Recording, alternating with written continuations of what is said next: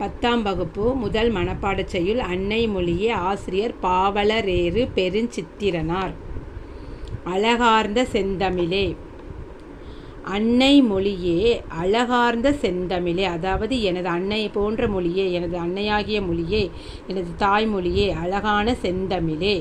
முன்னைக்கும் முன்னை முகிழ்த்த நறுங்கனியே, அதாவது மிக மிக பழமையான மொழி அப்படின்னு நம்ம மொழியை சொல்கிறாங்க. முன்னைக்கும் அப்படின்னா ரொம்ப பழமையான மொழி அப்படின்னு அர்த்தம். கன்னி குமரி கடல் கொண்ட நாட்டிடையில், அதாவது நமது பழமையான இந்தியாவில் இந்திய பெருங்கடலில் குமரி கண்டம் அப்படின்னு சொல்லி ஒரு கண்டம் இருந்ததாகவும், அந்த குமரி கண்டத்தில் நிலையான அரசாண்ட மண்ணுலக பேரரசே, மன்னி அரசிருந்த மண்ணுலக பேரரசே. மன்னி அப்படின்னா அங்கே நிலையான அப்படின்னு அர்த்தம்.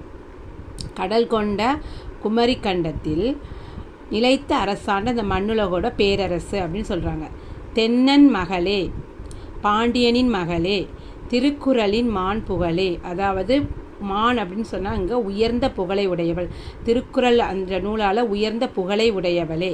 இன்னரும் பாப்பத்தே, இனிய 10 பாட்டே, என் தொகையே, 8 தொகையே.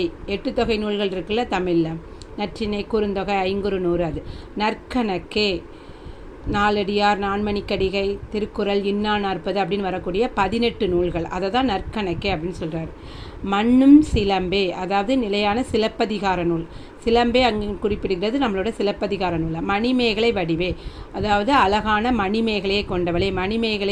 மணிமேகலை அப்படின்னு சொல்லிட்டு ஐம்பெருங்காப்பியங்களில் ஒரு நூலாக வருமே, அதை சொல்கிறார்.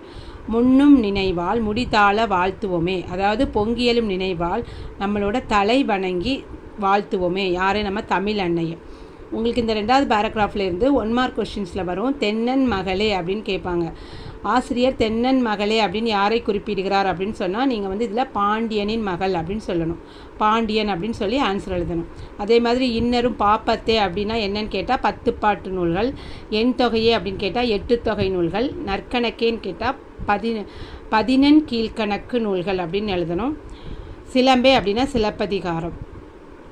இவ்வளோ தான் இந்த செய்யுளோடது. இதில் வேறு ஏதாவது உங்களுக்கு டவுட் இருந்துச்சுன்னா கமெண்ட் பாக்ஸில் கண்டிப்பாக சொல்லுங்கள். மறக்காமல் நம்ம சேனலை சப்ஸ்கிரைப் பண்ணிக்கோங்க. குவார்ட்டர்லி எக்ஸாமுக்கு என்னென்ன முக்கியமான வினாக்கள் வரும் அப்படிங்கிறத நான் அடுத்தடுத்த வீடியோவில் உங்களுக்கு அப்லோட் பண்ணுறேன். தமிழில் வேறு கட்டுரை, கடிதம் எது வேணாலும் கமெண்ட் பாக்ஸில் சொல்லுங்கள்.